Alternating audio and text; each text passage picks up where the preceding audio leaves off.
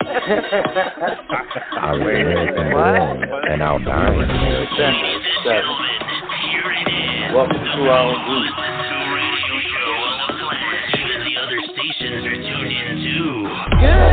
Welcome to Defender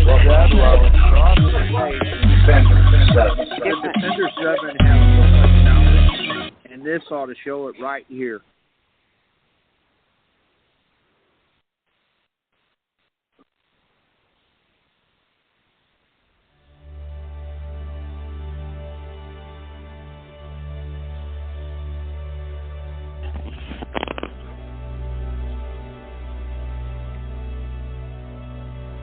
Do you or someone you know suffer from depression? If so, please contact the National Suicide Prevention Lifeline at 1-800-273-8255.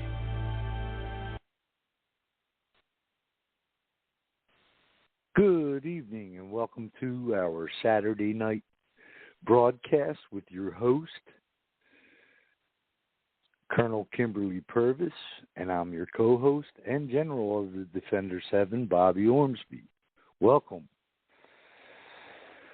Now, those of you just new tuning in, I need to read our disclaimer.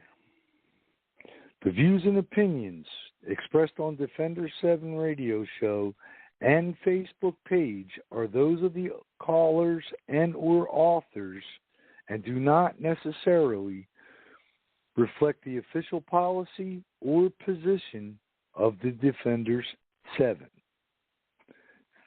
Now, with that out of the way,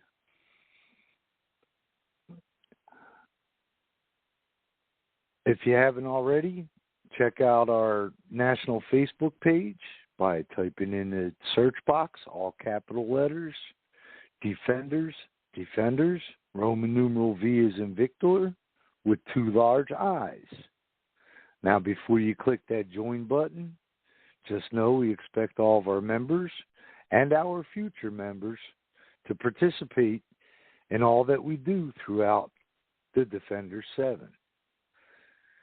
Now, if you get in there and you feel it's not for you, you can always leave. There'll be no hard feelings. We can also be reached on MeWe. Click on Organizations, scroll down to Defenders 7, Humanitarian American Patriot Group. We can also be reached on YouTube. Come check out our page, our channel. Click that subscribe button. Help us out. We also have a website. If you'll type in the lowercase letters, www.defenders, Roman numeral V as in Victor, with 2 small i's.com. And on our site, you'll find that we have a store and a donate button. 100% of all proceeds from sales from our store and any donations we bring in go back to our communities throughout all 50 states in a time of need. We're not like the other groups where they keep 90% and only distribute 10%. That's not us. All 100%. So please, purchase something or click that donate button. Help us to help you and our communities in a time of need. Now, for tonight's show and all the shows we do here on Blog Talk Radio, we enjoy listening to your opinions. You will never be downgraded for your opinion. So by all means, call in. And that number to call, area code 914-205-5773. Again, the number to call to participate, area code 914-205-5773. I'm now opening up the phone lines. Come on and call in, folks. And I'd like to welcome your host, our Colonel, Kimberly PURVIS, and Miss Maria Delamain from Pennsylvania. Hello, guys. Good to hear you. I can't wait. Hello. I'm picking you over Trump. Where's Wisconsin? She's at a party. Oh, I actually have Trump on TV right now. I could just hear him, just so I could look at, in between. But before we get started, in Florida, or in Miami, I should say, 159 people are still missing. There's at least, I think they said there's 5 dead. Yeah. So and some of the people missing are the family members of the president of Paraguay. Yeah, there's all 5 of them. Him, his wife, his 3 kids, and the nanny is missing. They said, okay, and people are going to hear a lot of different things. Oh, it was a sinkhole, this, that, and the other. No, because the fire department was in the basement, a standing basement with the bottom floor on top, and they said if it was a sinkhole, they would not be in the basement. So yeah, not only that, now they're trying to say that some engineer back in 2018 said that building was in danger of collapsing. I'm like, that's bullshit. And we never heard anything about it. Let's see some pictures dated from back then, because I'm sure they took pictures of the structures as the parts that were bad, and there must be a report. Well, yeah, there's a lot of things coming out. So we need to not get distracted by why it collapsed, but, well, kind of, sort of. But they believe it's because on Monday the audit results are going to be showed. So they've completed the audit results. So we shall see how much shit hits the fan. So, and I think that was it before we get started. I thought there was one more thing now. When my brain does what it wants to do. But last week we stopped with,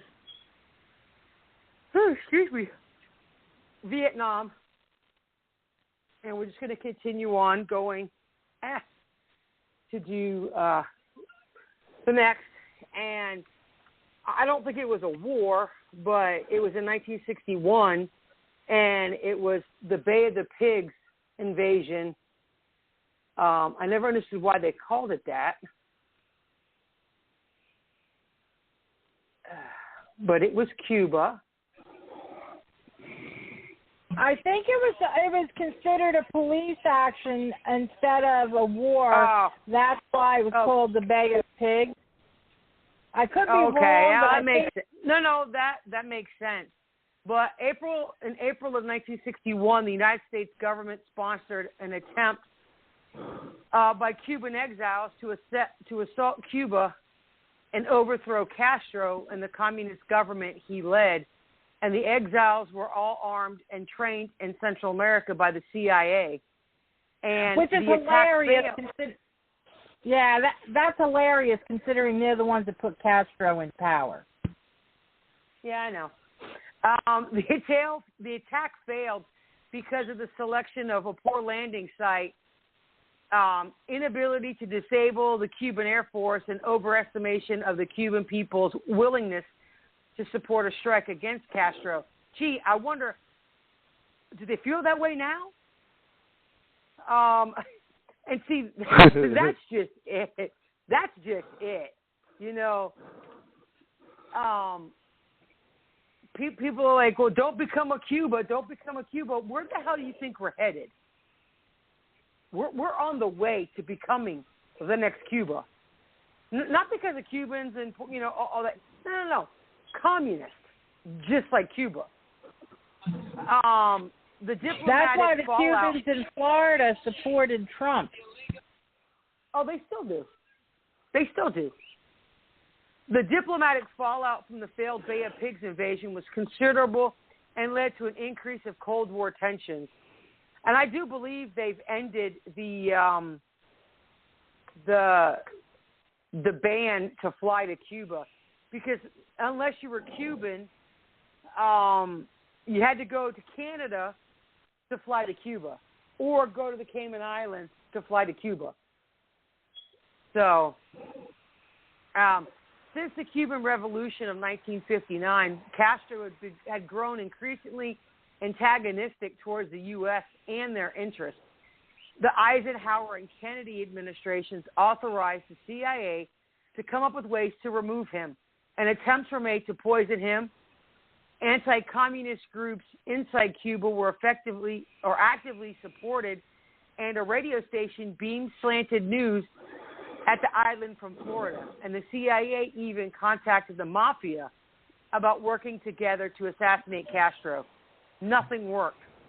Meanwhile, thousands of Cubans were fleeing the island, legally at first and then clandestinely, and now they still do their rafts and shit like that from Cuba to Miami. Most of the Cubans were upper and middle class who had lost everything when the communist government took over. Hint, hint, that's happening now. Most of the exiles settled in Miami, where they seized with hatred for Castro and his regime. And it didn't take the CIA long to decide to make use of these Cubans and give them the chance to overthrow Castro. Now, the thing about that is, crap. Sorry, lost my headphone. John Wilkes Booth, Jesus.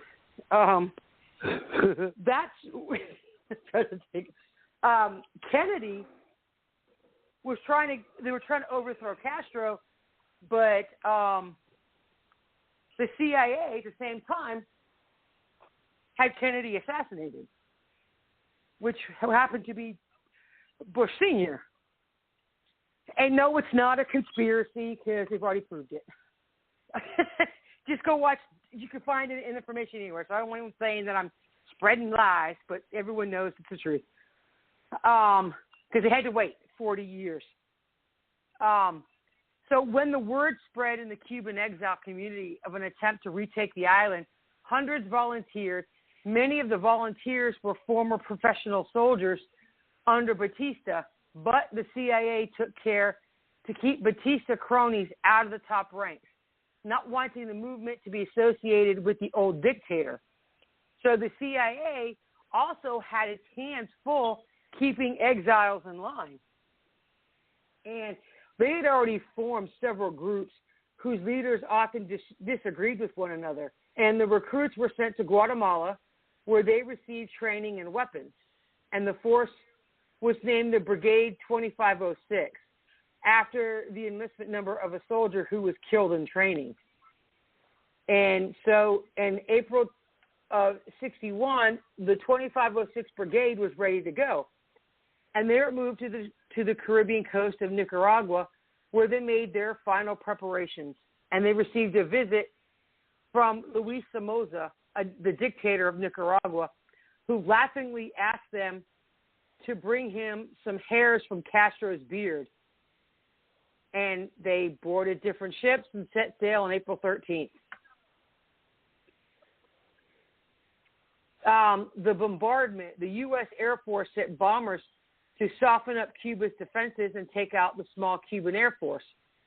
8 B-26 bombers left from Nicaragua on the night of April 14th, and they were painted to look like Cuban Air Force planes. Ooh, that's good. The official story would be that Castro's own pilots had rebelled against him, and the bombers hit airfields and runways and did manage to destroy or damage several Cuban aircraft. Several people working at the airfield, they were all killed. and the bombing raids did not destroy all of Cuba's airplanes.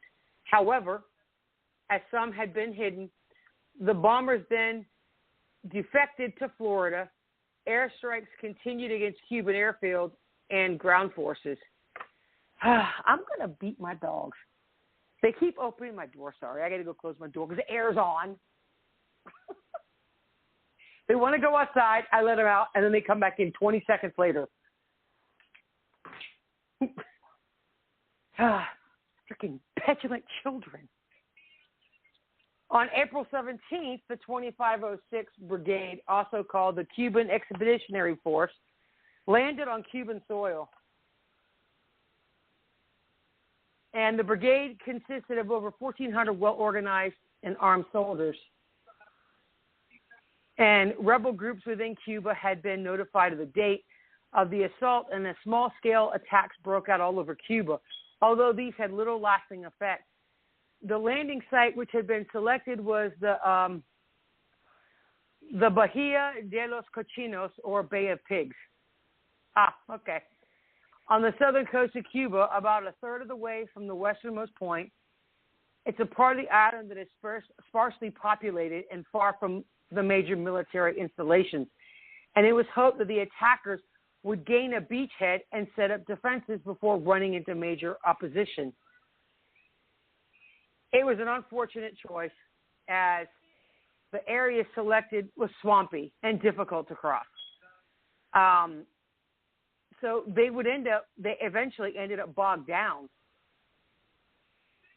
The forces landed with difficulty and quickly did away with the small local militia that resisted them. Castro was in Havana, heard of the attack, and ordered units to respond, and there were still a few serviceable aircraft remaining to the Cubans. And Castro ordered them to attack a small fleet that had brought the invaders. And at first light, the airplanes attacked, sinking one ship and driving off the rest. This was crucial because although the men had been unloaded, the ships were full of supplies, including food, weapons, and ammunition.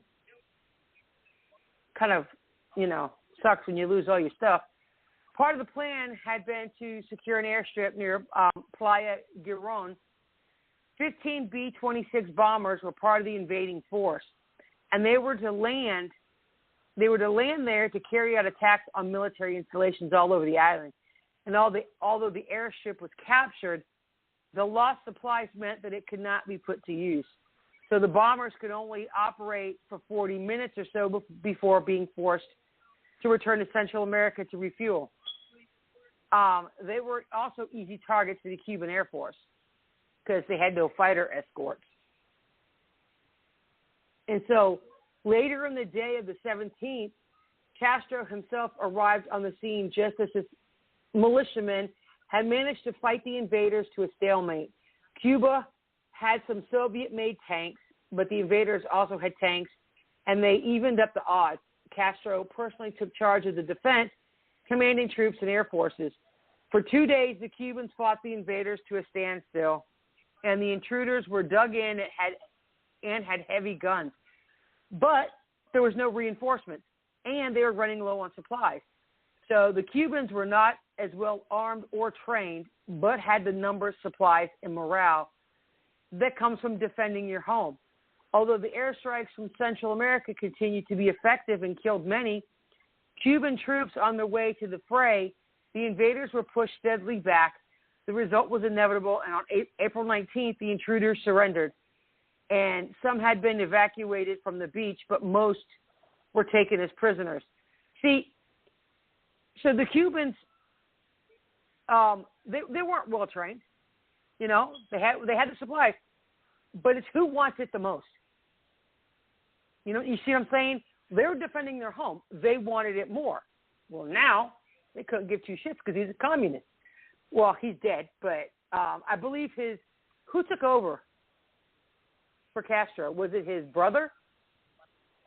Yeah, it was his brother, but I think, didn't his brother die too? Or? Oh, I don't know. And I know his brother was worse. Yeah. Let me see.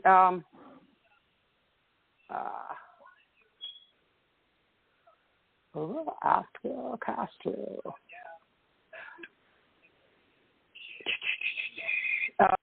Let's see. Who took over? Let's see. Raul Castro to a 5-year term as president and appointed Miguel Diaz-Canel as his first vice president. Yada, yada, yada. Let's see. Oh, he stepped down in 2018.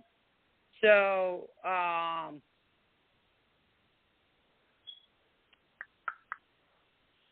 let's see. Well, it doesn't say. Oh, oops.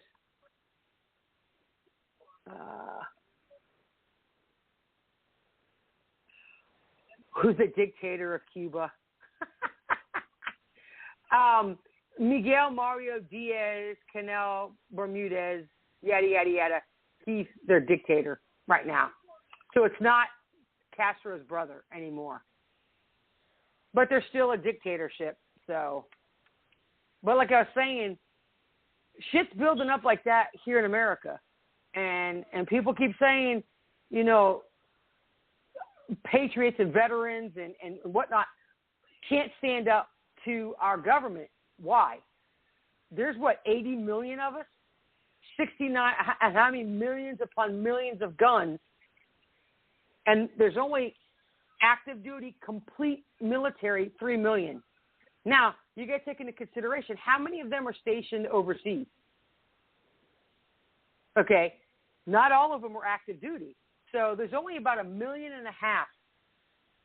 actual active duty soldiers that can do anything. Because, you know, you got your cooks, your supply, and S4, which is useless. But you still need to get paid.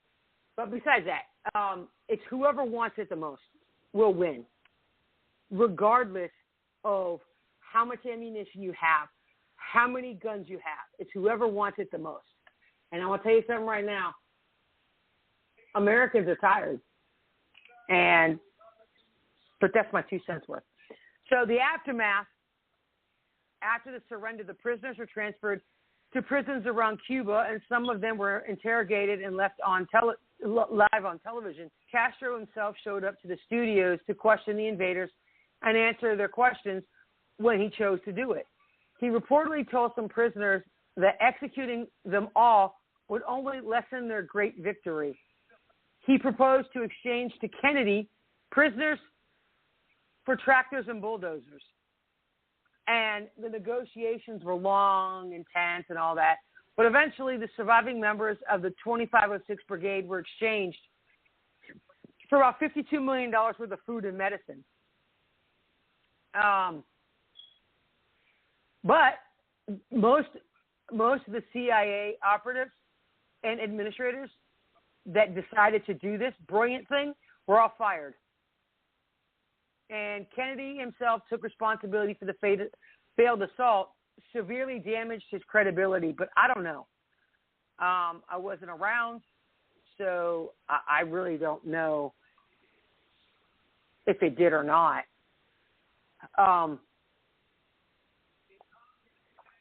So Castro and the revolution benefited greatly from the failed invasion, and the revolution had begun weakening as hundreds of Cubans fled to the harsh economic environment for the prosperity of the United States and other countries.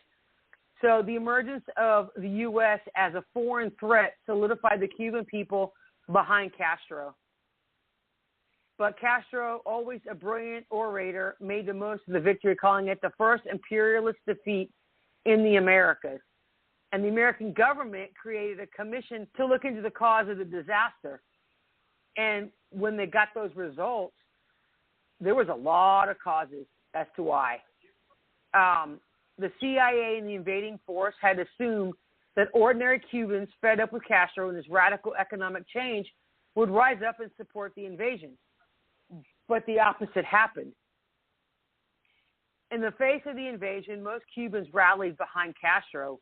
Anti-Castro groups inside Cuba were supposed to rise up and help overthrow him. They did rise up, but their support quickly fizzled.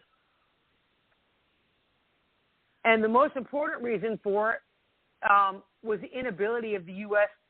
and exile forces to eliminate Cuba's Air Force. And I guarantee you, they probably didn't give them everything they needed to do it. So it's probably one of those little missions, you know what I'm saying, that we're there, but we're not supposed to be there kind of thing. And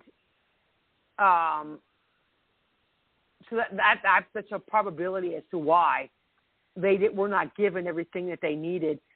They only had a handful of planes, and Cuba was able to sink or drive off all of the supply ships, straining the attackers and cutting off the supplies. And the same few planes were able to harass bombers coming from Central America, limiting their effectiveness. And Kennedy's decision to try and keep U.S. involvement a secret had much to do with it, see? He did not want the planes flying with U.S. markings from or U.S.-controlled airstrip. He didn't want that. So they could have flown from Miami or the air base that's somewhere around Fort Lauderdale, somewhere around, because Miami is only 90 miles from Cuba. And they could have used the Air Force base that's right there, you know. I lost my place. Oh, crap. Sorry. Duh. So he also refused to allow nearby U.S. naval forces to assist in the invasion, even when the tide began to turn against the exiles. The Bay of Pigs was a very important point in relations, the Cold War between the U.S. and Cuba, and it made rebels and communists all over Latin America look to Cuba as an example of a tiny country that could resist imperialism even when outgunned. And it solidified Castro's position and made him a hero around the world of countries that were dominated by foreign interests. It's also inseparable from the Cuban Missile Crisis, which occurred barely a year and a half later. Kennedy, embarrassed by Castro in Cuba and the Bay of Pigs incident, refused to let it happen again and forced the Soviets to blink first and the standoff whether or not the Soviet Union would place strategic missiles in Cuba. So, but now all of that's changed. You know, once we put those embargoes on Cuba, you weren't allowed to go to Cuba. And that's where a lot of celebrities went. A lot of politicians went there. And tourism in Cuba was massive back in the 60s. And, or before that, actually. And so Cuba actually had money. And when America put a stop to it, there went their money. And so things changed for Cuba. Crap. I lost my place. So, and what Castro used to do was he used to empty his prisons. And guess what he did with all those people? Put them on boats, sent them to America, and we ended up taking them in. That was his way of doing things. He'd empty his prisons, fill them back up with other people, and be on your way. So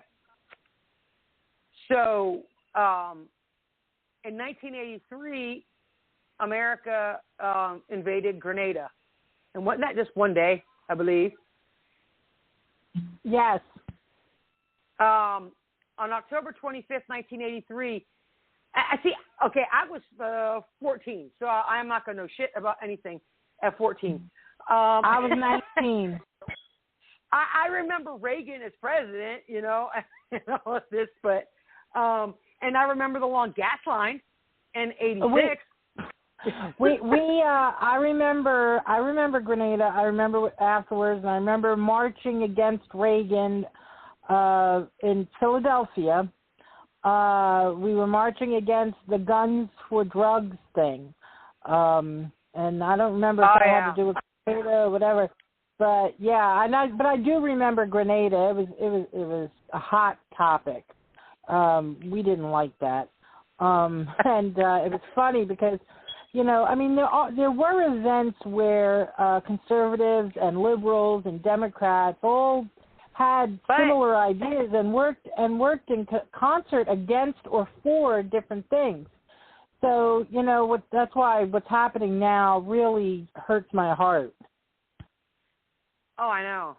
But on October 25th, 1983, nearly 2,000 Marines led an invasion of the Caribbean island of Grenada. Given the code name Operation Urgent Fury, the invasion was ordered by Reagan to counter threats by Grenada's Marxist governments to nearly 1,000 American nationals, including 600 medical students living on the island at the time. And the operation succeeded in less than a week. It was a week, so less than a week. The American students were rescued, and the Marxist regime was replaced by an appointed interim government. So that was a good thing. They got rid of the Marxists, and that's always a good thing. When a socialist, communist, whatever country needs help, yeah, you're going to help to get rid of that, bad government. So in '84, yeah, Grenada but America's help doesn't always end well. No, I know, but also the thing is, it depends on who's in office, who the commander-in-chief is. If you get a weak bone, spineless president that we have now, we have no business going to war with anybody because he will limit everything that our soldiers are going to have. And the same shit happened with LBJ in Vietnam. Agreed. But Vietnam wasn't supposed to be a war. It was supposed to be a police action like what the Bay of Pigs was, but it wound up going beyond what they planned. Luckily, Bay of Pigs didn't go that far. Oh, yeah. It would not have gone to 58,000 troops being killed. I can tell you that. There's no way. But in '84, Grenada conducted the free democratic elections and remains a democratic nation today. So the facts of the overviews, the U.S.-led invasion of Grenada prevented a communist takeover and restored a constitutional government to the Caribbean island nation. The U.S. Army, the Navy, the Marines, and the Air Force, along with the Caribbean Defense Force, opposed the Grenadian and Cuban military troops. And it started on the 25th and it ended the 29th. It was 4 days. So on October 25th of '83, Allied troops captured 2 airplanes on the Grenada and U.S. Army Rangers rescue 140 captive American students on October 26th. So they rescued all the students, the 600 medical students that was in Grenada. So the outcome was the U.S. and Allied victory. The Marxist People's Revolutionary Government was deposed, and the Cuban military presence was removed from the island. So let me see what the background was. So in '74, Grenada gained its independence from the UK. Like I said, remember we talked about, I don't know when, England has got themselves into pretty much every country around the world, and so did Spain. So in '74, they gained their independence from the United Kingdom. And the newly independent nation operated as a democracy until '79. And the New Jewel movement, a Marxist-Leninist. What is a Leninist? A Leninist. Yes. Leninist.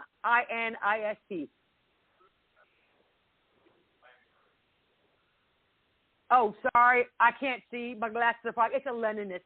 My bad. Oh, okay. Led by Maurice Bishop, overthrew the government in a violent coup. Maybe I should clean my glasses because I thought that said Leninist, and it was a Leninist. Sorry, guys. Hey, it's all blurry. I got bifocals that don't work half the time. American officials became concerned when the bishop suspended the Constitution. See, I thought America was the only one who had a Constitution. Yeah, so there's a bunch of countries that have a form of a Constitution. Detained a number of political prisoners and established close relationships with communist Cuba.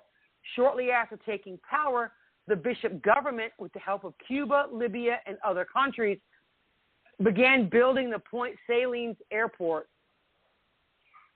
First proposed in 1954 while Grenada was still a British colony, the airport included a 9,000-foot-long runway,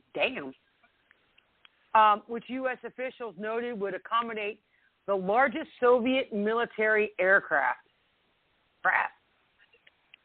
And while the Bishop government vowed the runway had been built to accommodate large commercial aircraft, commercial tourist aircraft. Sorry, getting tongue-tied. The U.S. officials feared the airport would be used to help the Soviet Union and Cuba transport arms to communist insurgents in Central America. So, October 19th in 1983, an internal political struggle boiled over when another Cuban-friendly Marxist, Bernard Cord, assassinated Bishop and took control of the Canadian government. And at the same time, the Cold War was heating up again. So November 4th in 1979, a group of armed radical students in Iran seized the American embassy in Tehran, taking 52 Americans hostage. 2 rescue attempts ordered by the administration of Jimmy Carter failed. Yeah, no kidding. The Iranians held the American diplomats hostage for 444 days. I remember that. And I was only 8. But I think I heard about that when I was probably sometime in elementary school. So finally releasing them at the very moment Ronald Reagan was sworn in as the 40th President of the United States. On January 20th, 1981, the Iran hostage crisis, as it came to be known, would further erode an already tense relations between the United States and the Soviet Union. It's never fully recovered from the 1962 Cuban Missile Crisis. You know what's weird? I know this is totally off subject. Reagan was our 40th president, right, in the 80s, and Trump was our 45th president in 2016. You would not think it would be that much damn time between the two. You see what I'm saying? Or am I just like, overthinking the 5 presidencies? No, it's kind of weird. Actually, it's 4 because Reagan was 40, and then there was 41, 42, 43, and then Trump was 45. No, that's kind of weird. So in March of 1983, Reagan revealed his so-called Reagan Doctrine, a policy dictated to ending the Cold War by eradicating communism worldwide. And advocating his so-called rollback approach to communism, Reagan emphasized the rising influence of the Soviet-Cuban alliance in Latin America and the Caribbean. Oh, excuse me. When protests against Bernard Cord's Marxist government in Grenada became violent, Reagan cited concerns over the 600 U.S. medical students on the island. See, a real president will be concerned with American nationals in other countries when shit starts going wrong. So just 2 days before the invasion of Grenada began, the October 23rd, 1983 terrorist bombing of the U.S. Marine barracks in Beirut, Lebanon, had taken the lives of 220 Marines, 18 sailors, and 3 soldiers. In a 2002 interview, Reagan's Secretary of Defense, Caspar Weinberger, recalled, "We were planning that very weekend for the actions of Grenada to overcome the anarchy that was down there and the potential seizure of American students and all of the memories of the Iranian hostages." Good Lord, how much more got left? Oh, hold on a second. So the fallout was, while the invasion enjoyed broad support from the American public, mainly due to the successful and timely rescue of the medical students, it was not without its critics, of course. November 2nd, 1983, the United Nations General Assembly, by a vote of 108 to 9, declared the military action a flagrant violation of international law.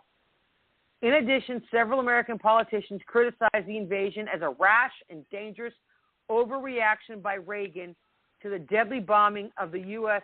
Marine barracks in Lebanon that had killed over the 240 troops 2 days earlier. Despite the criticism, the Reagan administration hailed the invasion as the first successful rollback reversal of communist influence since the start of the Cold War. And in the 50s, the evidence of the Reagan doctrine's potential for success. The Grenadian people eventually grew to support the invasion, and today the island observes October 25th, the day of invasion, as Thanksgiving, a special day to remember how the U.S. military rescued them from a communist takeover and restored their constitutional government. Any comments before I go on to the next? I remember a lot of this, hearing about most of this stuff once I got higher up in elementary and into middle school. Last year, right? Yeah. Oliver North. What was it? I know he did something, but I can't remember what the hell it was to save my life right now. He didn't have. It wasn't this stuff. What was his? Oh shit! It had to do with one of those, not Panama. Well, I forgot. I have to look it up. What did Ollie do?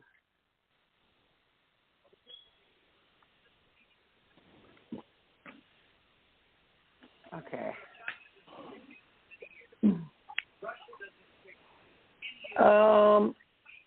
Yeah.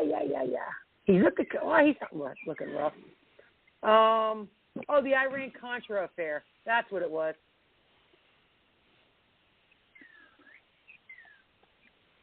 Yeah, it was a scandal. I remember watching the hearings on that.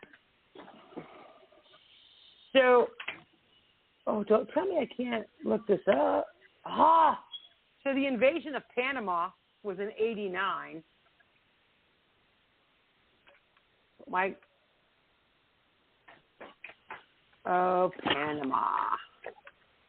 Panama. Okay, I'm on this. What is this? Hold on a second. American history, history and culture, right? And it has all the little things, and all you have to do is pick what the war is or whatever, and it'll open up its own little thing. But this was not highlighted, so therefore, I have to go hunt it down. Invasion of Panama was mid-December '89 and late January of 1990. Let's see. The U.S. invades Panama.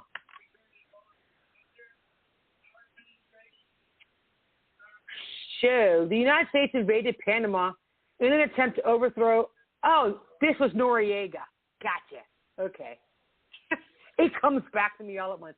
Who had been indicted in the U.S. states on drug trafficking charges and was accused of suppressing democracy in Panama and endangering U.S. nationals. Noriega's Panamanian defense forces were promptly crushed, forcing – I don't want to sign in, History Channel. Forcing the dictator to seek asylum with the Vatican Nuncio in Panama City, where he surrendered on January 3rd, 1990. Wow, that didn't take long.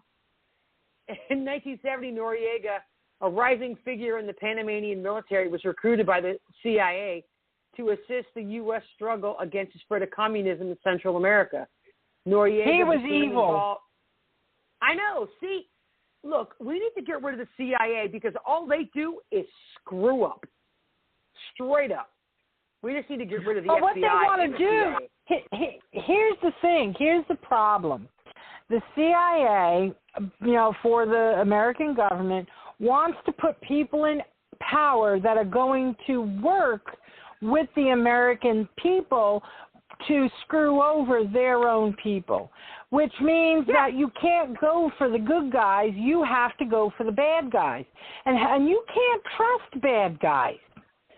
No. They're going to screw you over every time. But guess what? Yeah, but guess what? Look at the rhinos, the establishment. They're the good guys, but they'll bend you over backwards with no Vaseline. Okay? Straight up. Who's the good guys? Huh? Who are the good guys that'll bend you over? Rhinos. They are because they're Republicans. Rhinos with an R. I thought you said it with a W. Well, no, rhinos are not good guys. No, nobody in the swamp are good guys. They're all bad guys. Well, see, here's the thing. People want to know the difference. There's Republican, conservative, rhinos, and the establishment. Establishment is they've been there since the dinosaur age, like Biden, but he's a Democrat. So, but we're talking Mitch McConnell, right. Mitt Romney. They're all establishment. Right. Correct. And they're only in it for themselves and how much money they can make. So, but people don't understand that. See, there's Democrats and liberals. Boom, that's it. They're all snowflakes. No. And they're all evil. There's a lot of different things. But you've got your conservatives, which most conservatives, I do believe, are constitutionalists. We believe that the government needs to go by the Constitution. But a Republican can actually lean either way. A moderate, what you call moderate, whatever. See, back in the day, with Reagan's time, some Democratic things were okay because it was meant to help, not hurt. Now it's how much money it's disgusting. Yes, I believe in social services. Social services is not the same as socialism. No. So and that's the problem. They got an inch and they took a mile, and we know that the Democrats are evil, and rhinos are corrupt. I mean, there's no doubt about it. You have corrupt, and you also have a couple of good Democrats, I'm sure. I can't think of any off of the top of my head. Yeah, but Manchin in West Virginia, he can be. Yeah, he can be, and there's a female, the one in Hawaii, I guess, retiring, and then there's another female who's with Manson on like the HR 1 and a couple of other things. But again, but Manson's wife got a job in the Biden administration. He did that on purpose. Right. Biden so are they going to use that against him? They're trying to. That's what Pelosi's pissed off about. Yeah, that's all that was. Right. So hopefully he will stand his ground. So, but at any rate, so they're the ones that are responsible for a lot of these dick-ass wars. Yeah. Anywho, the CIA and the FBI are not to help the American people. I'm sorry. Well, the difference between the FBI, they do a lot of like with kidnapping, sex trafficking, and all of that. Yes, they're doing. But then again, an FBI agent just got arrested for sex trafficking. So, when you have a lot of heinous crimes, the FBI does step in. But the CIA is total corruption, top to bottom. So anyway, Noriega became a military dictator of Panama in '83.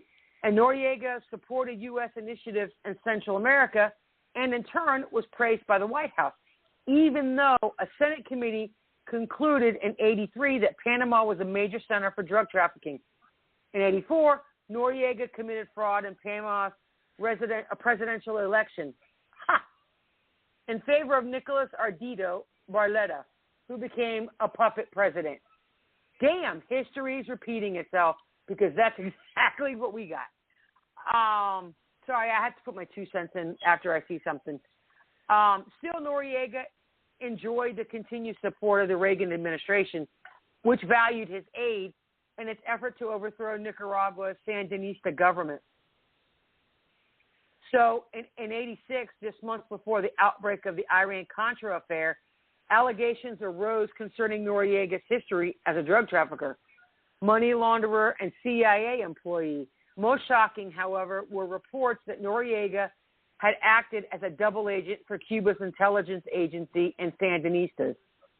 And the U.S. government disowned Noriega, and in 1988, he was indicted by federal grand juries in Tampa and Miami on drug smuggling and money laundering. So that's when the tensions between America and the Panama Canal Zone and Noriega's Panamanian defense forces grew.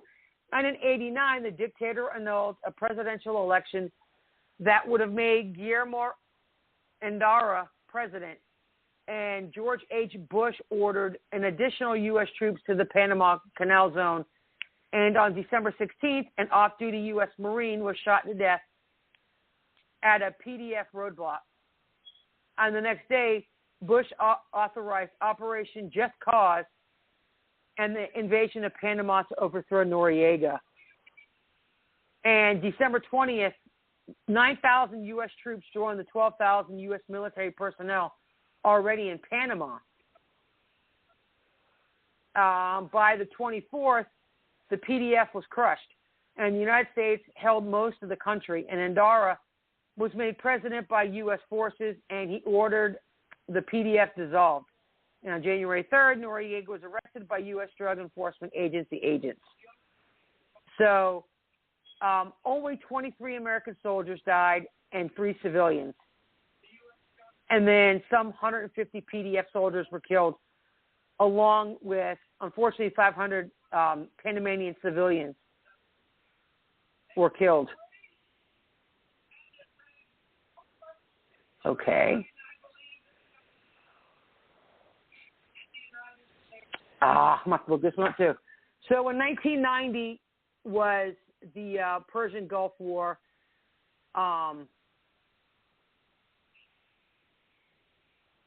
Okay, hold on a second. And I got to look this one up because it doesn't want to have it there.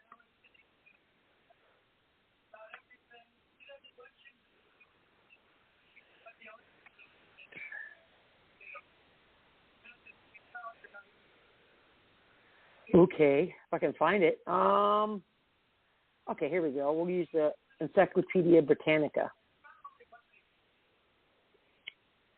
So from 1990 to 1991, I remember when this started, and everyone was saying that the draft is coming back, and I was freaking out about it. And it never happened. So the Persian Gulf War, also called the Gulf War, international conflict that was triggered by Iraq's invasion of Kuwait. Iraq's leader, Saddam Hussein, ordered the invasion and occupation of Kuwait with the apparent aim of acquiring the nation's large oil reserves and canceling a large debt Iraq owed Kuwait and expanding Iraqi power in the region. And on August 3rd, the United Nations Security Council called for Iraq to withdraw from Kuwait. And on August the 6th, the Council imposed a worldwide ban on trade with Iraq.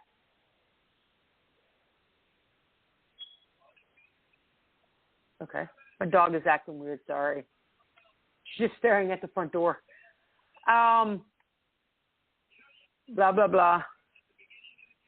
So the Iraqi government responded by formally annexing Kuwait on August 8th. Iraq's invasion and the potential threat it then posed to Saudi Arabia, the world's largest oil producer and exporter, prompted the United States and its Western European NATO allies to rush troops to Saudi Arabia to deter a possible attack. Egypt and several other Arab nations joined the anti-Iraqi coalition and contributed forces known as Operation Desert Shield. I don't know why I can't speak English. I'm not taking that medicine anymore. Iraq, meanwhile, built up its occupying army in Kuwait to about 300,000 troops. And on November 29th, the UN Security Council authorized the use of force against Iraq if it did not withdraw from Kuwait by January 15th. And by January of 1991, the Allied coalition against Iraq had reached a strength. I didn't know they had 700,000 troops there. Wow. including 540,000 U.S. personnel and smaller numbers of British, French, Egyptian, Saudi, Syrians, and other national contingents. Saddam steadfastly refused to withdraw Iraqi forces from Kuwait. I did not know the Syrians helped with that. What happened to Syria? The Allied coalition's military offensive against Iraq began on January 16th of 91, and a massive U.S.-led air campaign that continued throughout the war. Over the next few weeks, this sustained aerial bombardment, which was Operation Desert Storm, did I just say that? Destroyed Iraq's air defenses before attacking its communications networks, government buildings, weapons plants, oil refineries, and bridges and roads. By mid-February, the Allies had shifted their air attacks to Iraq's forward ground forces in Kuwait and southern Iraq, destroying their fortifications and tanks. Now, is it this one, when all the soldiers just put their hands up, said, that's it, we're done, and they surrendered? What? Kuwait, was it that when all of the Iraqis just put their guns up in the air and said, okay, we're done? Oh, yeah. Yeah, they refused to fight because they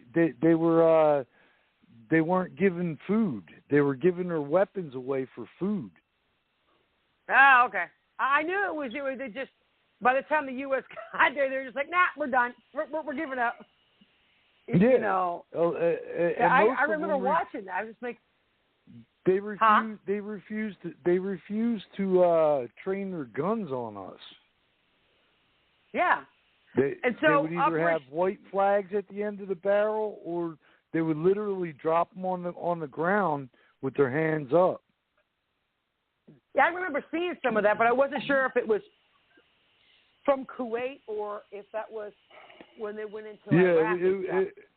It was Kuwait, outside of Kuwait City.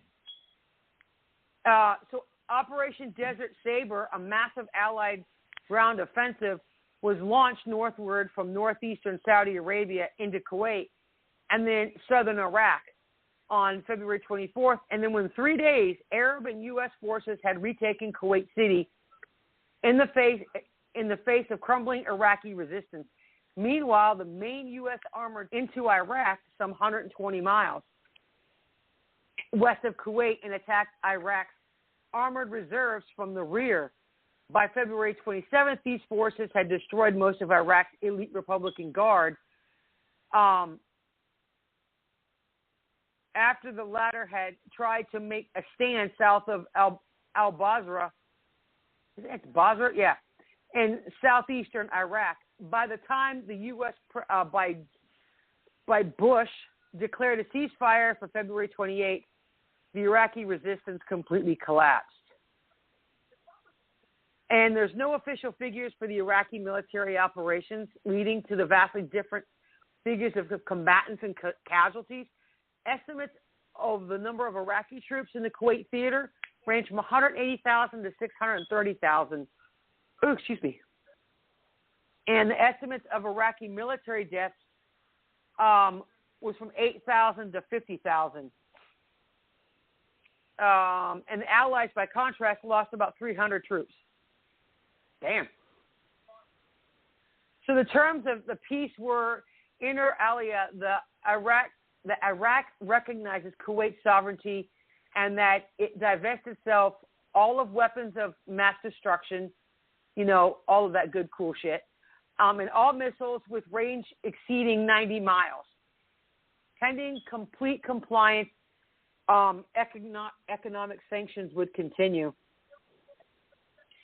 So, in the aftermath of Iraq's defeat, the Kurds in the north of the country and the Shiites in the south rose in a rebellion that was suppressed by Saddam with great brutality. So there's the Kurds, the Shiites, the Sunni, and who else? Isn't that the three different groups? Because it doesn't say in here.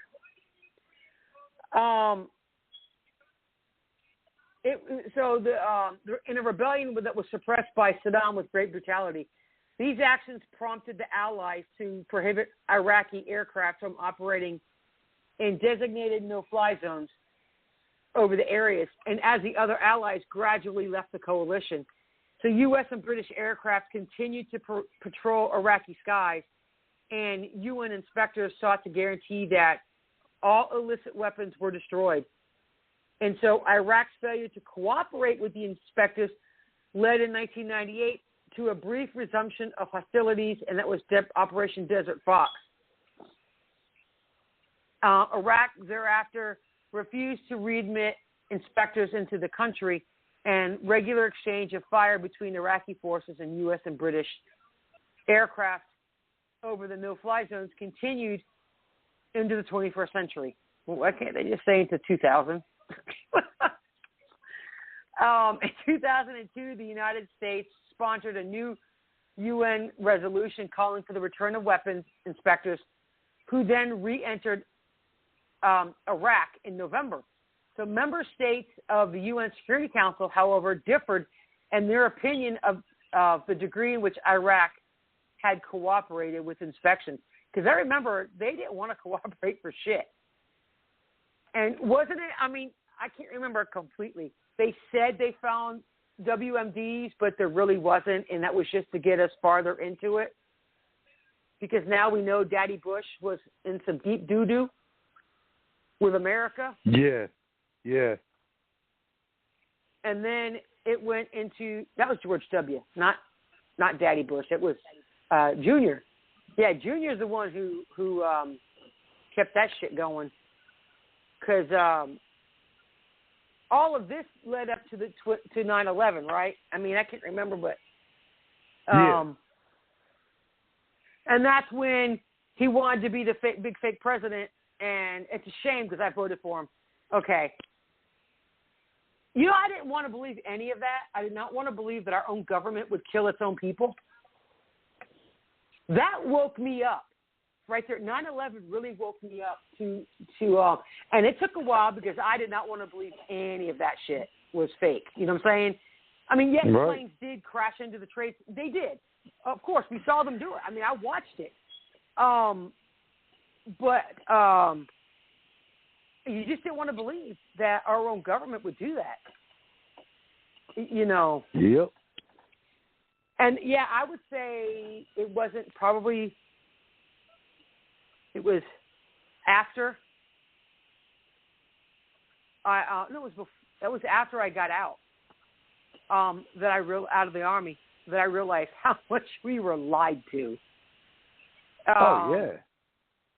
And it's not only, you know, people want to argue over it, but okay, yes, it was to help protect the oil fields. Yes, because we were getting a majority of our oil from Saudi Arabia, in that whole area.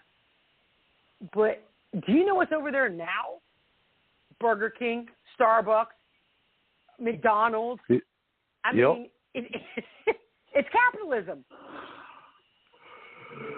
You know. But anyway, so Bush, seeking no further UN endorsement, issued an ultimatum demanding that Saddam step down from power and leave Iraq within 48 hours or face war. He even suggested if Saddam did leave Iraq, U.S. forces might still be necessary to stabilize the region. Oh, excuse me. When Saddam refused to leave, U.S. and allied forces launched an attack on Iraq on March 20th, and thus became the Iraq War. So, and that was that. Okay. Oh, come on. Have you been having glitches with your internet or your cable? Yes. Mine is irritating the shit out of me. I know. That's it's what pain in the ass. It's like, you know, when your computer is thinking, it's got a little circle, you know, and it's thinking, and then all of a sudden, okay, it shows up, and then it'll flicker, and it'll go back and reload the page, and my page will reload about 10 times, and I get pissed off. I'm telling you, some freaking freaking shit's going on. No, it's the internet companies. Are we supposed to be swapping over to that new kind of quantum internet bullshit? I guess at some point. Go watch the movie Cell. I know Yeah, a lot of people don't the movie. Have you seen it? That's some scary, freaky shit. And honestly, that's why people were talking about the 5G towers and COVID and then the vaccine. Yeah. If you think about it, they really are the mRNA, they're really the nanites and all that shit, which is affected by the, and that's what they're talking about. Right. And that's what I'm like, I don't like, that's why I text.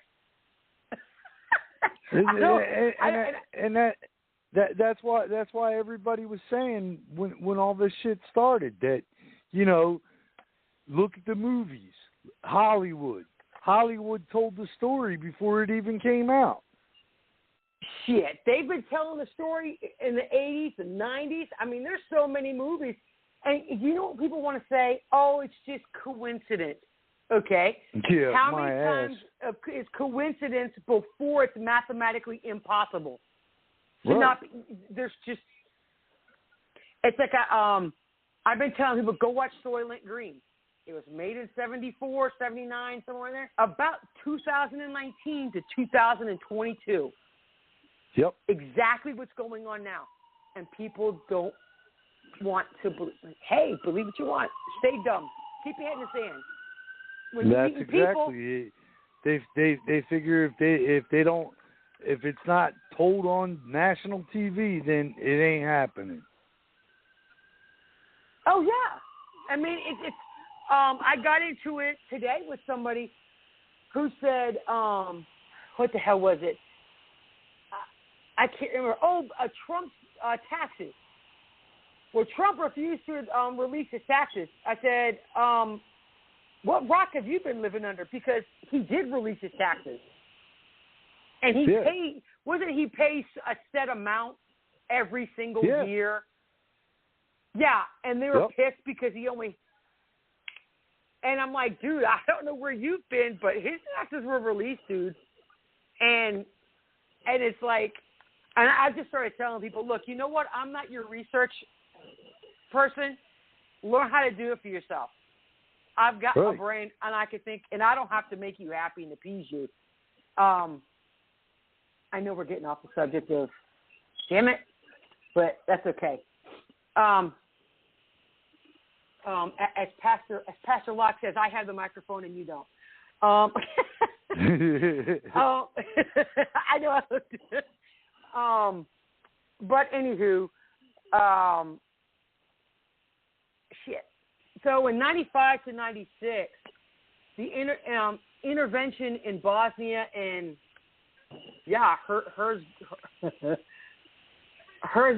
good whatever, I can't pronounce that damn name.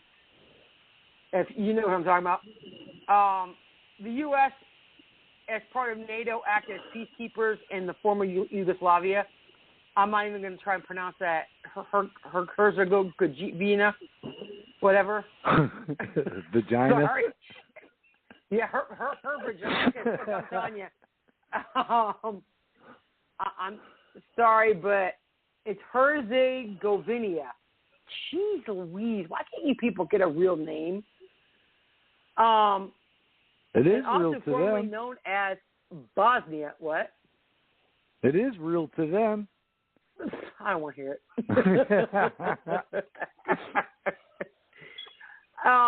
So Bosnia and Herzi.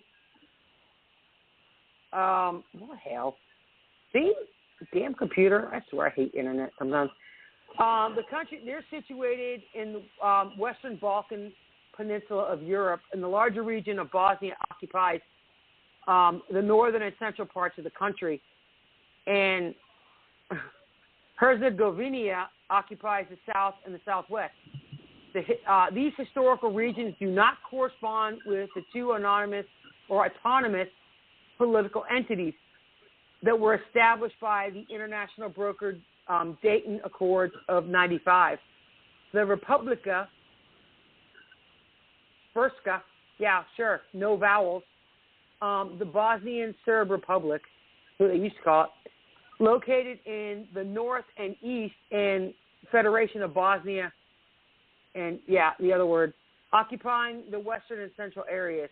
Okay, so basically it's below Croatia and west of Serbia. Cool. So the capital of the country is Sarajevo, and it includes Mostar and Banja Luka.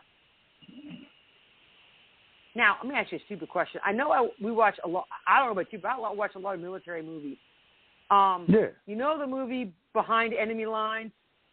Yes. With is that supposed to be a true story, or kind of, yes. sort of? Oh, it is. Yes. Okay. Yes, it was based on a true I story of where one of our pilots was shot down. Oh, okay. And he survived. Okay, but did they really kill all of the people like they did in the movie, like genocide?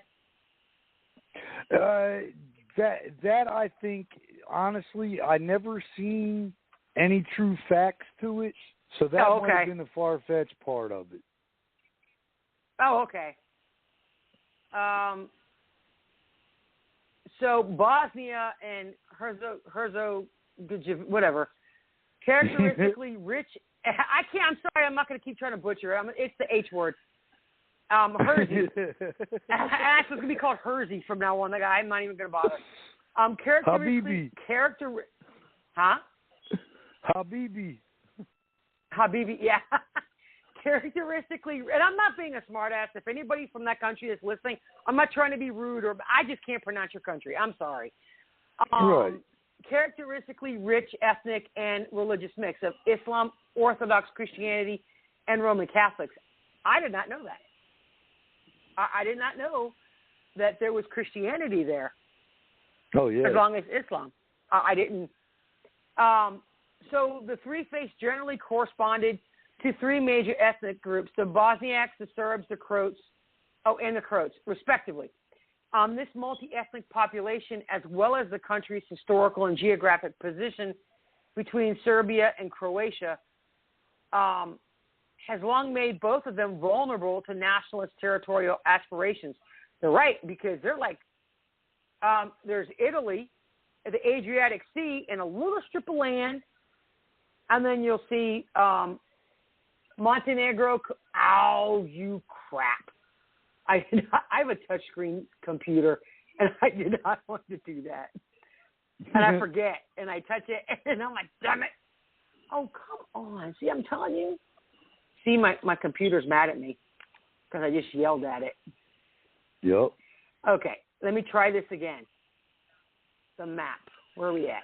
Okay, so you have Montenegro, Kosovo, Serbia, and then Croatia is like at the top of Bosnia, and it goes all the way around. It's like its own little peninsula that goes all the way around, and Bosnia and Herzegovina is right in the middle. So they're like enclosed. Cool. So ruled by the Ottoman Empire from the 15th century, the region came under control of Austria-Hungary in 1878, and subsequently played a key role in the outbreak of World War I. So in 1918, it was incorporated into the newly created Kingdom of Serbs, Croats, and Slovenes, where it had no formal status of its own. So after World War II, it became a constituent republic of the Socialist Federalist Republic of good God, of Yugoslavia. Why don't you just call it the social? You look, you're communist and get it over with. Following the disintegration of that state in 1991, so the majority of the population of Bosnia, both of them, voted for independence in '92 referendum. Much of the country's Serb population, however, why would you oppose independence? See, that's what I don't get. No, we don't want to be free. We want to be told what to do and how to think. Dear God, that sounds like Democrats and liberals. Exactly. They boycotted the referendum. They did not want to be free. And see, I just don't get that. I don't. But maybe it's because people, if you live in that type of life for so long, That's all you know. Right. And you can't get out of that. So, and see that, you know what, honestly, I think this generation, it doesn't matter if it's in America, it could be anywhere in the world. But maybe it's just our America that has this issue with this generation. They're spoiled. And they're this self-entitlement that nothing is ever going to go wrong. And if you were in the military, you know different. You know what I'm saying? Exactly. And if you're old, if you pay attention, we're like, dude, no, but you guys, and that's why people don't understand. When soldiers go to another country to fight, it's not here at home. It doesn't affect you. It affects them. And that's why people talk shit when they're talking about when you hear veterans and a lot of the military say, look, if you want to push a revolutionary war again, we'll do it. Because we're not going to have this country turn communist, socialist, fascist. I don't care what you want to call it. So, and that's the difference. Like I said, whoever wants it most will get it. Well, no, whoever works the hardest gets it. I should say that. Because they really want to be communists in this damn country. So, anywho, so war consumed the region and ethnic nationalists within Bosnia and Herzegovina, with the support of Serbia and Croatia, in some cases, try to take control of territories they claimed as their own. Horrific ethnic cleansing campaigns between 92 and the end of 95 killed thousands and violently displaced more than 2 million people in much of Bosnia, or both of them. International intervention into the Bosnian conflict led finally to a peace agreement and the Dayton Accords in late 95. So the Dayton Agreement ended the war in Bosnia, and it also established the country as fragile, highly decentralized, and ethnically divided state in which an international civilian representative remains authorized to impose legislation and to remove domestic officials in order to protect the peace. So most of the people there want peace, you know. And honestly, the same shit that went on there is going on in Israel and the Gaza Strip with the West Bank. Same thing.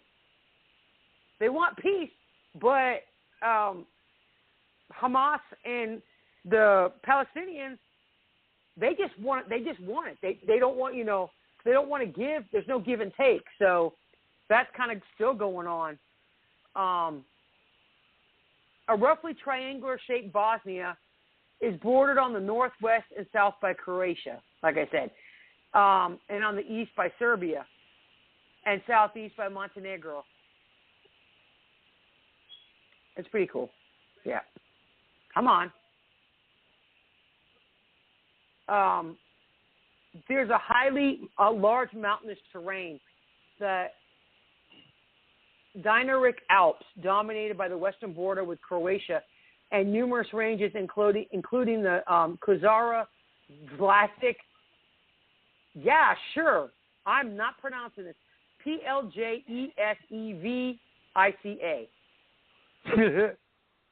Yeah, no. And Gurmek, Sinkar, and Reduce.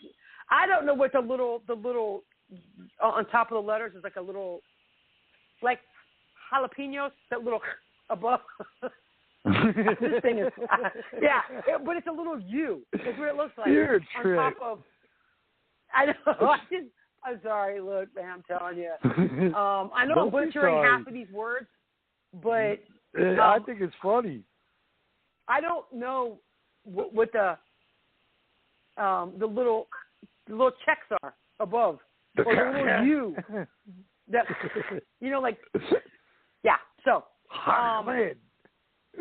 Yeah, Ahmed. Yeah, I really don't know what those are. I know what the one is for jalapeno, but these are little U's and I have no idea. So anyway, the highest peak reaches 7,800 feet and is Majlik, near the border of Montenegro. And the south, there's the karst, a region of arid limestone plateaus that contain caves, potholes, and blah, blah, blah, and underground drainage, and I don't really care about that. So what the hell does this have to do with, you know what? It has nothing to do with the Bosnian War, okay? I typed up Bosnian War, and that's what came up. Sorry. Good Lord. So, invasion of Afghanistan. Okay, let's go to Afghanistan. So I didn't realize we were both in Afghanistan and Iraq at the same time. Didn't realize that. Yeah. Strategic. Afghanistan. Watch it go. Let's see. Dog, shut up. Okay, come on.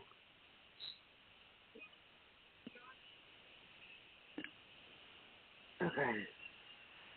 Let's see. I'm trying to get a. Here we go. Dog, you can shut up. Okay. Hold on a second.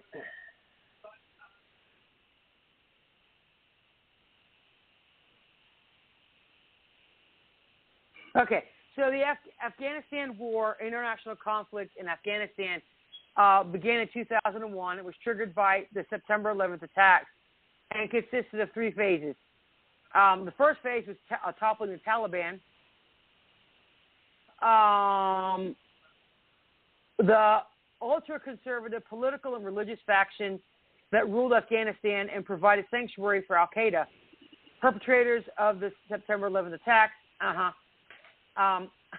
wink, wink, was brief and just lasted 2 months. The second phase was from 2002 to 2008. It was marked by U.S. strategy of defeating the Taliban militarily and rebuilding core institutions of the Afghan state. The third phase, a turn to classic counterinsurgency doctrine, began in 2008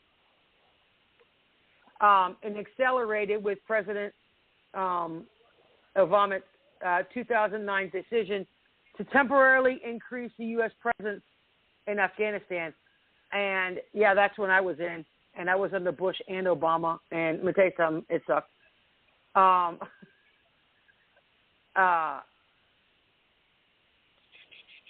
on a second. Yeah, because when I was in Fort Campbell, you got deployed every other year.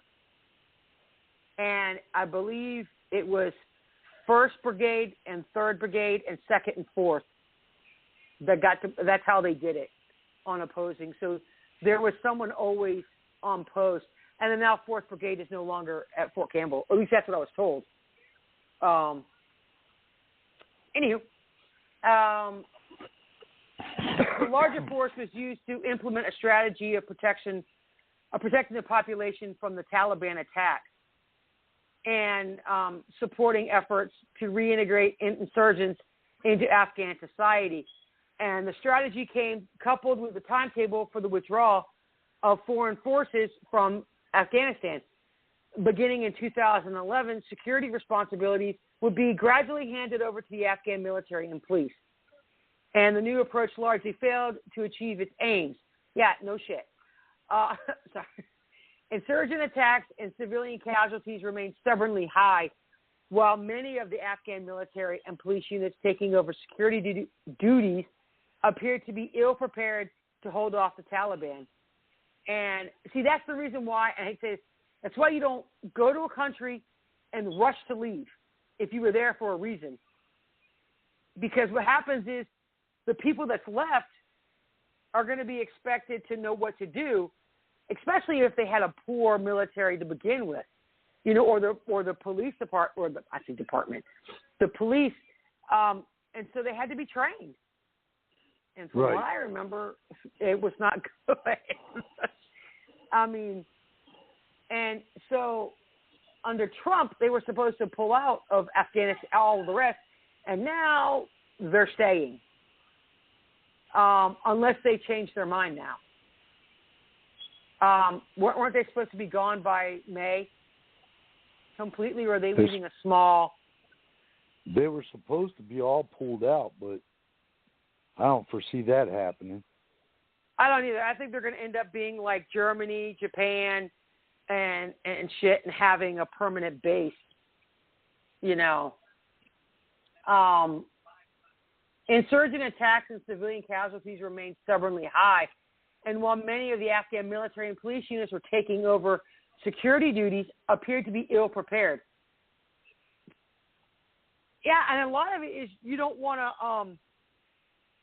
It's like they feel like they're turning on each other. You know what I'm saying? Like, oh, you're a traitor right. because, you know, and all that shit. And, but you got that shit here. So by the time the U.S. and NATO combat mission formally ended in 2014, the 13-year Afghan war had become the longest war ever fought by the U.S. And shit, we're still there. Was it 20 years now? 21 years? Yeah, something like that. So the joint U.S. and British invasion of Afghanistan in late 2001 was preceded by over 2 decades of war in Afghanistan. On December 24th, 1979, Soviet tanks rumbled across the Amu Darya River into Afghanistan, ostensibly to restore stability following a coup that brought to power the Marxist-Leninist political groups of the People's Party and the Banner Party, whatever the hell that is. But the Soviet presence touched off a nationwide rebellion by fighters known as the Mujahideen. And I know who that is. Sorry, I watched 12 Strong, and that's who. Was that 12 Strong? With oh shit, I can't think. One of the horses. Who drew upon Islam as uniting source of inspiration. These fighters won extensive covert backing from Pakistan and Saudi Arabia and the U.S. and were joined in their fight by foreign volunteers who soon formed a network known as Al-Qaeda, to coordinate their efforts. And the guerrilla war against the Soviet forces led to the departure in 1989. And the Soviets' absence, the Mujahideen ousted Afghan's Soviet-backed government and established a transitional government. The Mujahideen were politically fragmented, however, and in 1994, armed conflict escalated and the Taliban emerged, and in 1996 seized Kabul, and it instituted a severe interpretation of Islamic law that, for example, forbade female education and prescribed the severing of hands or even execution for petty crimes. And that same year, Al-Qaeda leader Osama bin Laden was welcomed to Afghanistan because he got kicked out of Sudan and established his organization's headquarters there.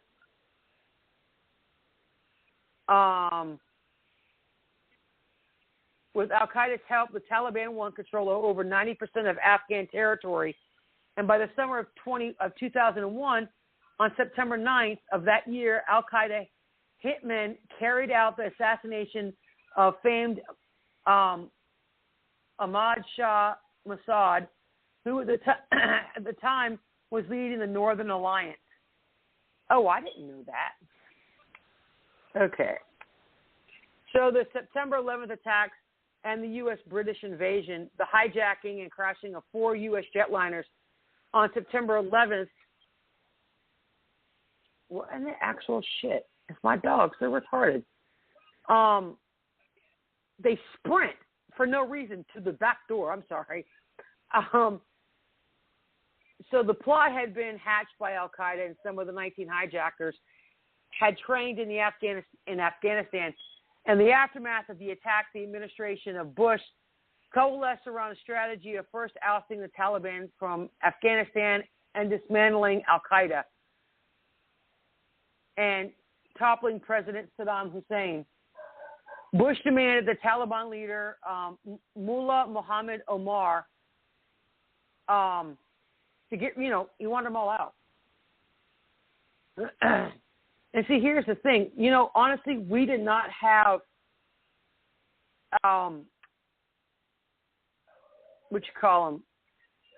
terrorist attacks until Obama took office with the Muslim Brotherhood. People can say all they want, but we didn't have these issues even when Bush was president. You know what I'm saying? And before that, we didn't have any of the issues that we have now until Obama got in. And people can say what they want. Yes, he was the first black president, but isn't his brother part of the Muslim Brotherhood? If I'm not mistaken, or somebody was, or is. Obama's brother or somebody was part of the Muslim Brotherhood. I can't remember. And that's where all this shit started. Yes, one of his family members was. I don't remember. Okay. Yeah, I don't. But I do remember hearing about that. That was one of the complaints that Trump had against him, in addition to his birth certificate, is his possible ties to the Muslim Brotherhood. Oh, okay. Yeah, because we didn't have all of these issues. And then when Trump got in, that was it. You know, we finally got rid of all the BS and stuff. Because then you started seeing all of the terrorist attacks in London and the subways, and damn it, dog. And things have been getting worse. And then if you weren't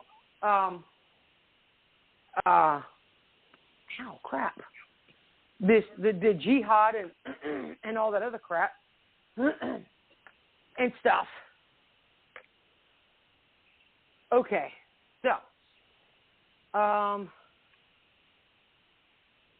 so the CIA team was soon joined by U.S. and British Special Forces contingents. Damn it, dog! I'm gonna strangle my dog.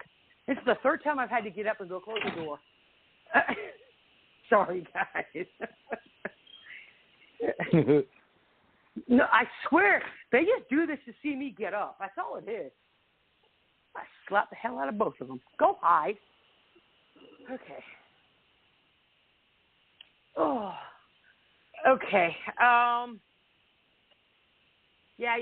Okay, so together they provided arms, equipment, and advice to the Afghans, and they also helped coordinate targeting for the air campaign, which began on August 7, 2001, which makes the public start of Operation Enduring Freedom. And in late October, Northern Alliance forces began to overtake a series of towns formerly held by the Taliban. Didn't we dismantle like all of the Taliban and Al-Qaeda? Pretty much. By getting rid of all the higher-ups? Yep. See, I mean, the thing is, you get rid of all your higher-ups, your generals, your whatever you want to call them, and all of the lower people, it creates chaos, and they have no idea what to do. And so they're either going to do one or two things: completely just stop, or they will find somebody else to eventually take over and reemerge again as a thorn in our side. Oh, I got to stop her because I can't stand hearing her speak. She's such a dingbat. Sorry. Miss Circleback. So the forces worked with U.S. assistance, but they defied U.S. wishes. When on November 13th, they marched into Kabul as the Taliban retreated without a fight. Kandahar, the largest city in southern Afghanistan and the Taliban's spiritual home, fell on December 6th, marking the end of the Taliban. It had been besieged by a force led by Karzai that moved in from the north, and one commanded by Shirzai that advanced from the south. Both operated with heavy assistance from the U.S. I know in Kandahar there's Camp Liberty. I don't know if it's still there or not. It was when I was in. And that's where Fort Campbell was sent. They sent everybody to Kandahar the whole time. as the Taliban leadership retreated into Afghanistan's rural areas and across the border to Pakistan, anti-Taliban figures convened at a UN-sponsored conference in Bonn, Germany. With behind-the-scenes maneuvering by the United States, Karzai was selected to lead the country on an interim basis. Oh, God. So there was this intensive manhunt for Omar bin Laden and al-Qaeda deputy, Ayman al-Zawahiri was undertaken. Did they really kill bin Laden, or was that just a BS thing and said, "Oh, yeah, we threw his body in the ocean"? Well, if you know the Quran, you would know that was BS. But why? Because it's not it's a major crime to throw a Muslim in the ocean. I'm trying to think of the wording. Huh? I thought America did it. So why would it matter? Wouldn't it be? Yes, and it would be like desecration of their body, whatever, to do that. But wouldn't you do it if you knew that it's like you're going to war with someone or whatever, and you knew that this is a big major no-no, and you take their leader and go and tuck them off, and because you know what I'm saying? It's just like I don't think the Americans would do that. I think that would be a little too far. It's one thing to kill the guy. It's something else to desecrate the body, because that wouldn't just insult or affect the radical Islam, the bad guys. It would also it would insult the whole all Muslims. You know what I mean? Yeah. So I'm not sure that I don't know that the Americans would go that far. Does that make sense? Yeah. Crap. I've lost my... I'm getting highly irritated. It's like when a Jewish person dies.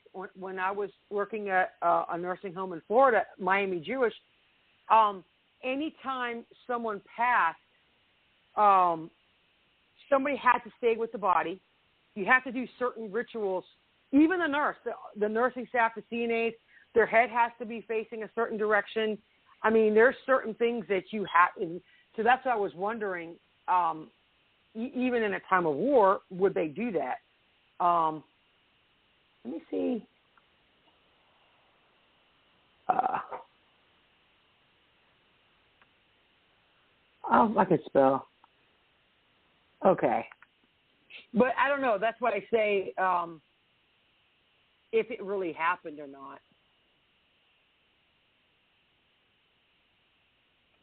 Because I thought he died in one of the caves when they blew him up or something. You know what I'm saying?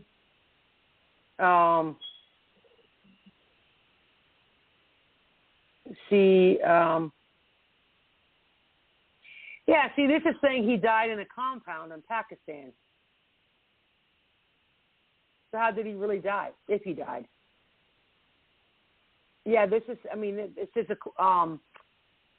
he had received a formal Islamic burial 10 days prior in Tora Bora. So I don't think they really did what they said, where they, on the USS, whatever battleship it was, and threw his body over into the ocean. So, anywho, I can't find it. It doesn't say anything. And they said he was in poor health. So, I don't know. I don't know if he really is dead or anything like that. Okay. Let's see how much time we got left. Somalia and northern Kenya. I didn't know we were in a war with Somalia. Or did we just help? No, Somalia. Those are the pirates. Yeah. Oh. Oh, well, it's under the history. It says Somalia in the northeastern Kenya from 2007 to now. United States and coalition forces versus al-Shabaab militants. And then from 2009 to 2016, Operation Ocean Shield, NATO allies versus Somali pirates. And then in 2011 is Libya. Wasn't Obama? I think wasn't Obama responsible for that, because he was in office for 8 years. And here's the problem: that now that I think about it, those bitches come from Somalia. At least the one. Oh, she was a refugee. Yeah. Yeah. From 2009 to 2016, it was all this is Obama. All of this right. shit. So how much you want to make a bet he's the one that let in all those Muslims that are anti-American? He did. Of course. Remember, that's did. why. Right. That's why we were bitching. Remember, because he said he was all of this. They weren't vetting anybody, and he was letting all the Somalians in, and right. They're supposed to be which all is really weird. Which is really weird, because refugees, it takes a minimum of 8 to 10 years, usually longer, before they can get in. And I know this because I personally have worked with refugees, including some from Somalia, who had been in the camps like 12 and 13 years, and they have no idea where they're going to. So how did that woman get in so quickly? So I'm thinking Obama skipped that vetting period for a lot of his people like that. See, there's 1 million, a little over 1 million Somali refugees. Okay, so in America, there let's see. Not like 97,000 Somali refugees came into America. Here's the problem: none of them were vetted, or not all of them. Let's rephrase that. Yeah. No, I was about to say you might want to rephrase that, because I know some that were.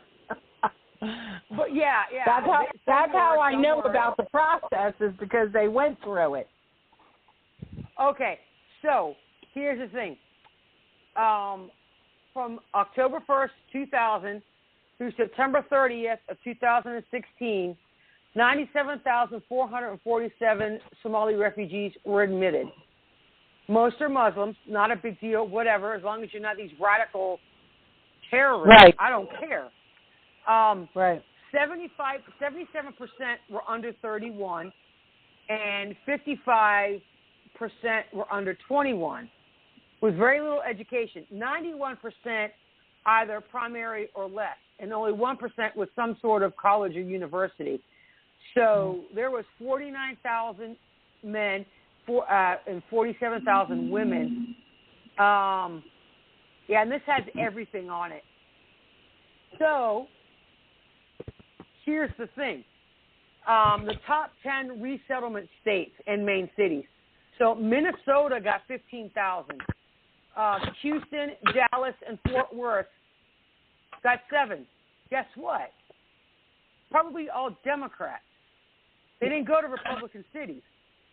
Does it mention Ohio, Lancaster, Pennsylvania? Because I know we have got a lot. Well, this is the top 10. Columbus, Ohio got 6,000.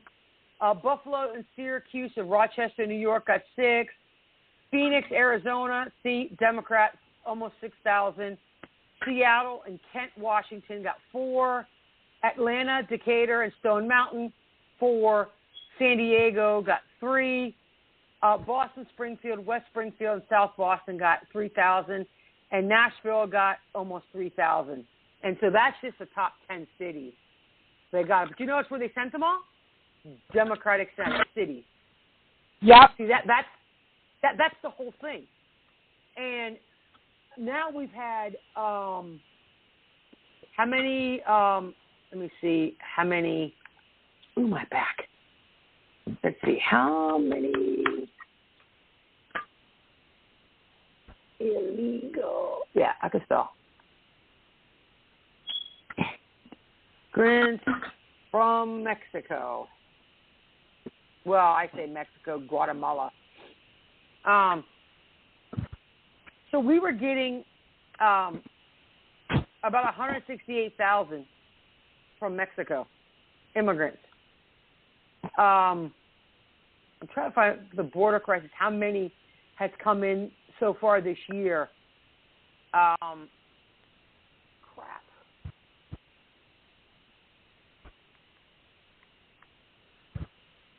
Let's see. Okay. Oh, they don't want to say. Okay. So here are the statistics so far, and it's disgusting. And the fact that Kamala goes to El Paso, which is not, there's no border crisis there, and 1,000 miles away at the other end is where all the crisis is at. So as of August of last year, it was it dropped by 50%. The number of illegals coming through. Well, she went there because that mayor is saying it's the new Ellis Island, and she has, so Democratic mayor, she doesn't want to go where there's actually problems. But if you noticed, only Republican Trump supporters met her. Where were all the Biden supporters? He got 81 million votes. Yeah, but here's the thing, right? She got in Guatemala. She got booed by the Guatemalans, and then she got met by Mexican Trump supporters who said, "Go home, don't bother coming." But the thing is, same thing with that. And Texas, the only reason why she went was because Trump said he was going yesterday. Yep, that was it. No other reason. Yep. And it doesn't. I can't wait. I think I can't. It doesn't say. I can't remember how many they said so far has come over. Oh, they said there's about 2 million. 2 million are going to enter the U.S. this year, which is disgusting because they're not doing it right. I don't care if you come to this country. I don't care what country you come from. Do it the legal way. File paperwork before you come. Because you know what? If we want to go to say, and I've already looked this up, because I wanted to move to Ireland or Scotland even before Trump became president. But I was looking to move there because I loved it there, honestly, and they love Americans. But you have to prove that you're worthy to be a citizen of the UK. You can't just move there. You have to actually have an interview with a company before you can move there into the UK. And you have to have, you can't have like a fast food job. No, they don't count. So you could have a job with the city, be a medical person, a business, a CEO or something before you can move there. So why don't we have that same standard here? Why don't we have that here? Because we can't take care of, and the reason is because we put all these illegals on welfare and expect Americans to pay for it. And we can't even take care of our own homeless veterans or our own starving children in America. But I think so far it was, as of May 11th, they stopped 178,000 illegals from coming into America. So I know quite a few came in, but they need to get a grip on all of that shit. But so next week we don't have many more to go over because we have, like I said, we went over Somalia. Operation Ocean Shield, that's the pirates. Libya, Lord's Resistance Army in Uganda, U.S.-led intervention into Iraq, still U.S. coalition forces against the Islamic State of Iraq and Syria, 2014 to now, still with U.S.-led intervention in Syria, the Yemeni civil war. I guess we're helping them too. Another intervention in Libya. It's still going, and that's all that's left. Thank God. But that's all. Because we only have like 8 minutes left, so I think we could just stop. Yeah. And go over whatever. I'm trying to think of anything else. Ow, freaking knee, man. My freaking knee is so swollen. It's irritating me to death. I can't take my brace off because my knee swells up like a grapefruit now. Oh, so yeah, they are up to 5 dead in the condo collapse. Yeah, and, 156 missing. It's 159 now. And DeSantis said they have no idea, none whatsoever, what caused it. Oh, we do. Somebody did that. And they had a lot of demolition experts say that that's the only way that building went down. That's the only way. So also something else, the guy that shot the cop in the head in Daytona Beach, they found him in a treehouse in, I think it was Tennessee. Yeah, he shot a cop in the face in Daytona Beach. And Othal Wallace, 29, is a suspect of shooting 26-year-old Jason Rayner of Daytona Beach. He had been the suspect of a manhunt since Wednesday. And, ow, crap. Sorry. Hold on a second. I had to go back where I was at. So,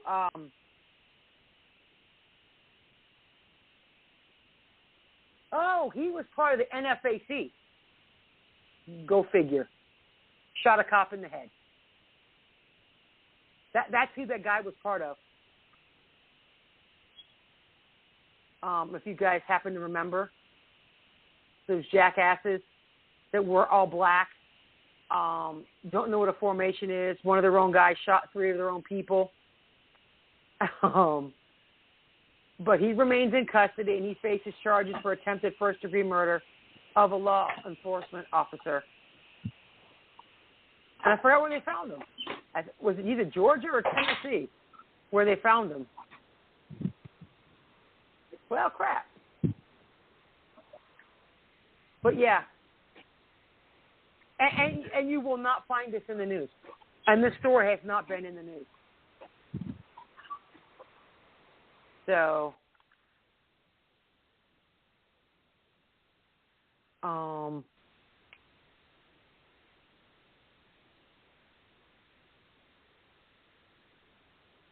I'm trying to think. So did you see where the U.S. Apaches and Blackhawks were training with the Russians? Yeah, what's up with that? I know. 9 hours ago. Today. I know.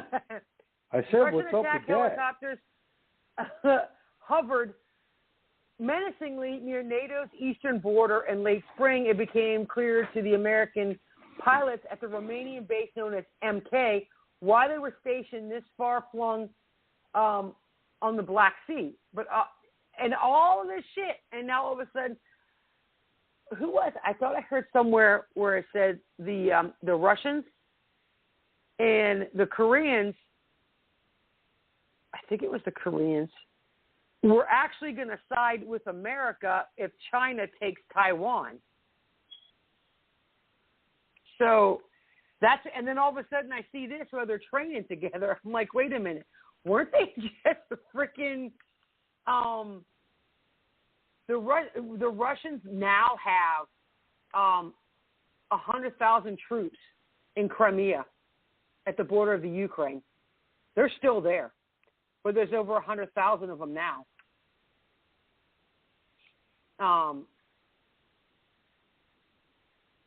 But let's see.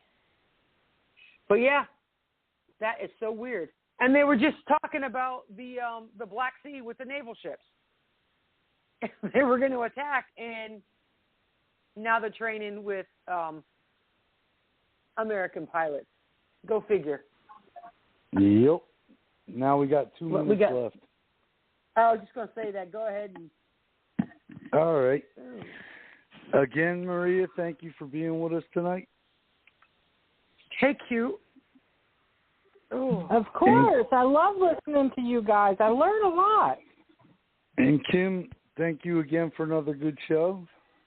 As always. Oh, no problem. Don't know what we do without you. Not have a show. But God bless America. God bless our kids, troops, veterans, first responders, and God bless Defenders 7. Good night, everybody. Good night.